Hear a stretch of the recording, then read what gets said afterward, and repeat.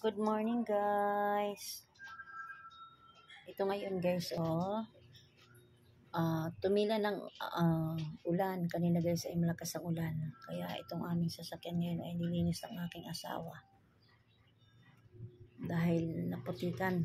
Galing kami sa paghatid ng aking anak sa school.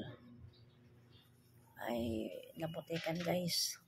Kaya ito pinaliguan guys. Pinaliguan ng aking asawa at nilinis uli at tatabunan na uli guys. Talagyan na uli ng sapin. Nilinis guys. Sinabon. Ang aking Chevrolet.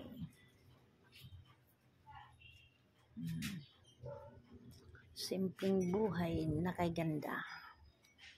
Mayroong ngiti, mayroong saya. Ayusin mo paglilinis.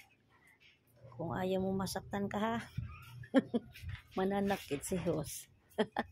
Joke lang guys ha. Sinamahan lang natin ng goodbye. Ano guys? Thanks for watching guys ha. Bye bye. I love you all. Bye bye.